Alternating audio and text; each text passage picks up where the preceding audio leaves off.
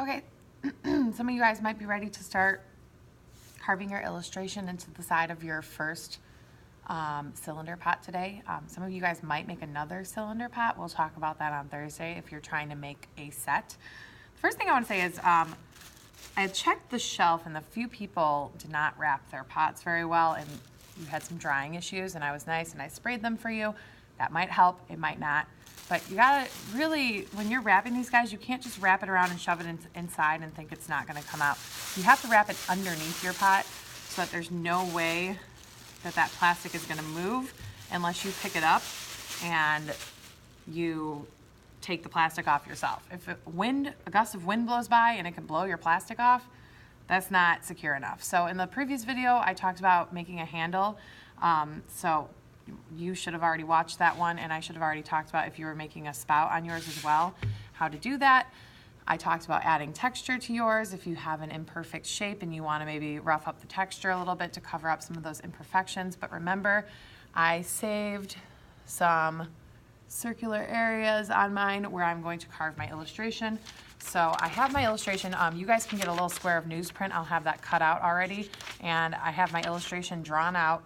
Remember, these illustrations should be line drawings, very simple, very neatly drawn, as neat as you possibly can get them. And what I'm gonna do is, actually, I need to run and grab a piece of tape. So hang on.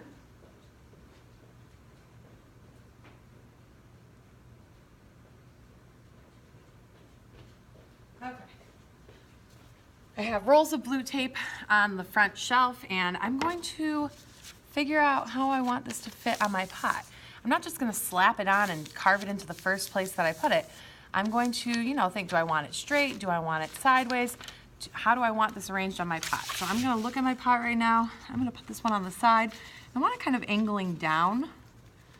So I'm going to kind of tear off some of this excess paper. You guys can use scissors. I don't have any right next to me, and I don't feel like running across the room again to go and get those. So I'm just tearing some of that excess paper off so I can kind of see how that's fitting on my, I kind of like that. So what I'm going to do is I'm going to tape this in place, kind of pointing downwards.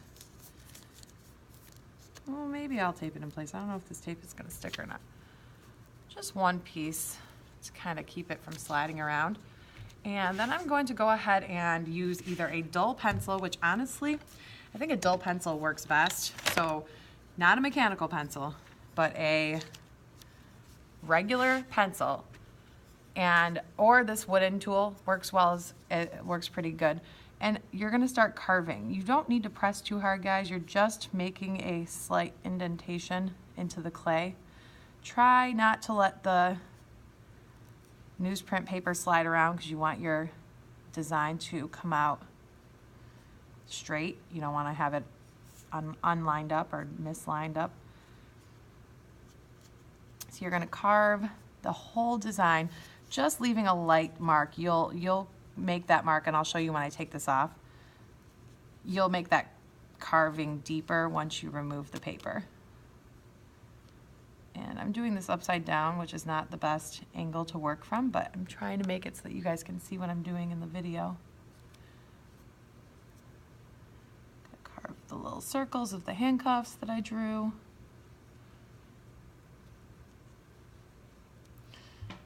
Okay, now you'll see if you have too much detail in your drawing, if it's too small, this is where you're gonna struggle. It's really hard to transfer tiny little details into clay, which is one of the main reasons that I told you guys to keep your design fairly simple and very neat so that you will not have issues when you are trying to carve it. Okay, I'm almost done. It's my United States I'm carving around. I gotta hold this in place so that that paper's not moving. Very important. Okay. Peel this off, and you guys are gonna barely be able to see it, but if I hold it up close, see that little light line that I've got? And then what you can do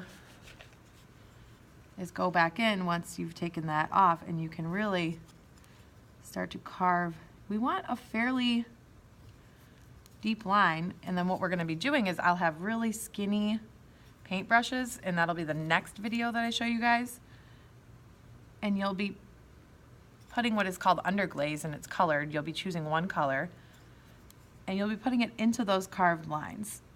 So we're not coloring the entire thing. If you guys think back to the examples that I showed you, just the lines are what had color, and that each one was navy blue. I'm actually letting you guys choose your color. I have all kinds of colors. You have green, red, orange, whatever color you decide to go with, you will be filling in. So see how I'm starting to make my carving deeper now?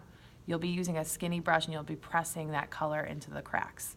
These are even, I need to make them a little bit wider. So, and then I call those little things clay boogers. We need to pick those out.